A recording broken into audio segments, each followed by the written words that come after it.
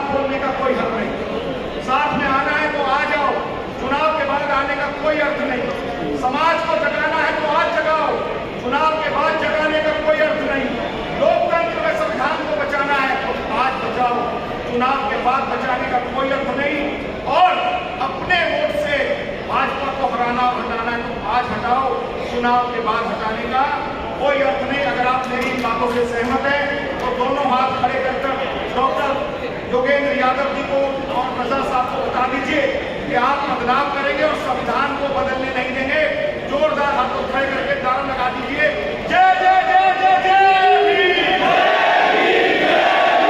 जय जय जय जय जय भीम।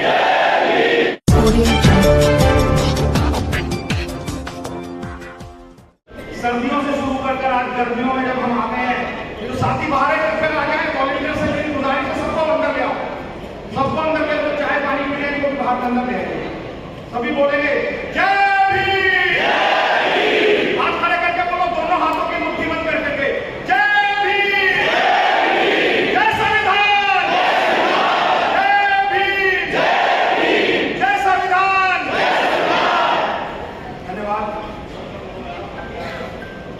लगभग 4 महीने के कड़े तपस्या, कड़ी मेहनत, 40 संगठनों का जो ये समागम हुआ और 40 संगठनों के प्रमुख हमारे साथियों ने जैसे एक सामाजिक कार्यकर्ता को जिम्मेवारी दी कि भाई साहब आप इस कार्यक्रम को आगे बढ़ाइए और इसका नेतृत्व करिए।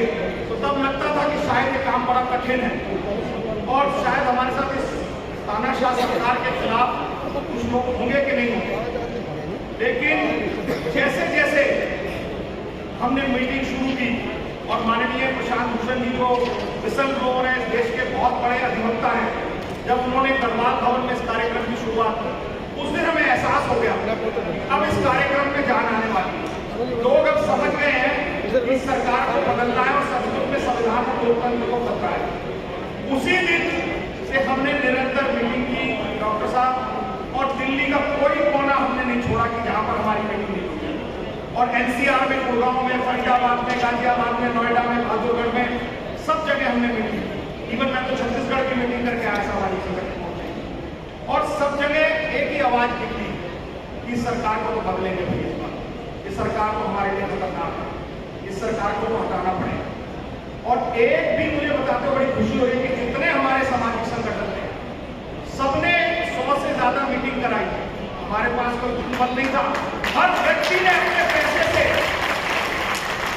समर्थन किया, सहयोग किया, कुर्सी लगाई, चाय पानी पिलाई। और मैं ऐसे ही एक साथी हैं हमारे कपिल सिनंदी जी, हमारे बीच में हैं। कपिल जी कहां पर है? एक मिनट आप आ जाइए। कपिल सिनंदी जी कहां पर है? आइए एक मिनट आ गए। साथियों में अपने एक साथी को आपसे इंट्रोड्यूस करूंगा। एनसीडी में ये सफाई कर्मचारी के पद पर तैनात है और जब इन्हें लगा कि ये कॉज अच्छा है और संविधान और लोकतंत्र को खतरा है, इन्होंने हमारी मीटिंग में कहा कि 1 महीने की पूरी सैलरी में इस समर्थन में दूंगा। तो 55,160 रुपए एक सफाई कर्मचारी ने इस आंदोलन के आप सम्मान और कपिल सिनंदी जैसे कार्यकर्ताओं ने खड़े होकर हम लोगों को सम्मान करना चाहिए। सबसे मेहनत के काम करने वाले सफाई कर्मचारी ने पूरा हो गया है और एक कार्यक्रम अब विधिवत रूप से हम स्टार्ट भी कर रहे हैं सारा ये। और रजा साहब बैठिए,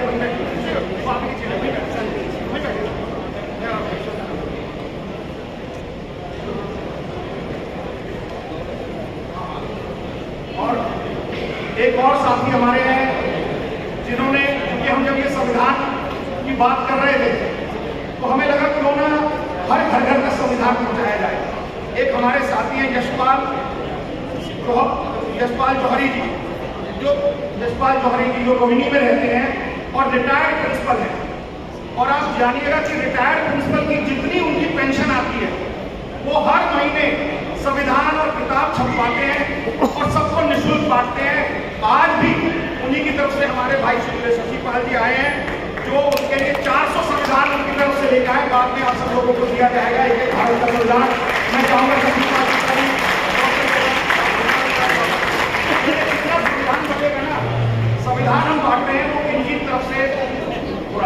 संविधान के दे रहे हैं। ऐसे हमारे साथी हैं जो सही मायने में बाबा साहब की मशाल को आगे लेकर चल रहे हैं, इस संविधान को जिंदा रखने का काम कर रहे हैं। हेलो हेलो क्या कर रहे हो नोटंकी हो रही है, सवाल करते हो। और अब मैं चाहूंगा जब तक उसकी जीभ काट ली जाती है, उसकी रीढ़ की हड्डी तोड़ दी जाती है, और जब उसकी हत्या हो जाती है तो रातों रात पेट्रोल छिड़ककर डीएम और एसपी उसके घर के बाहर उसकी घास जलाता है खेत में।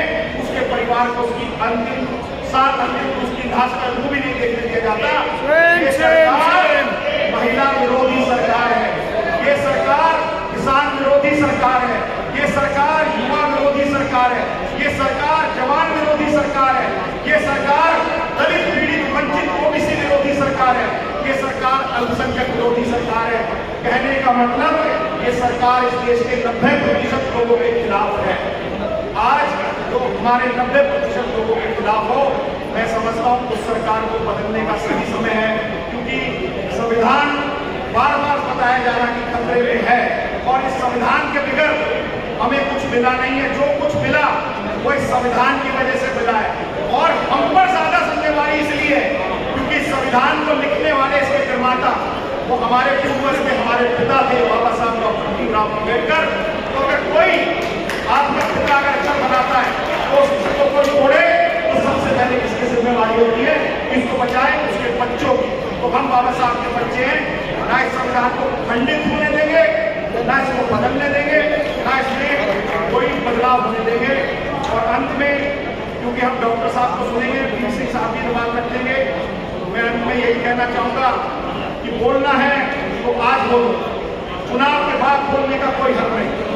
साथ में आना है तो आ जाओ, चुनाव के बाद आने का कोई अर्थ नहीं। समाज को जगाना है तो आज जगाओ, चुनाव के बाद जगाने का कोई अर्थ नहीं। लोकतंत्र में संविधान को बचाना है तो आज बचाओ, चुनाव के बाद बचाने का कोई अर्थ नहीं।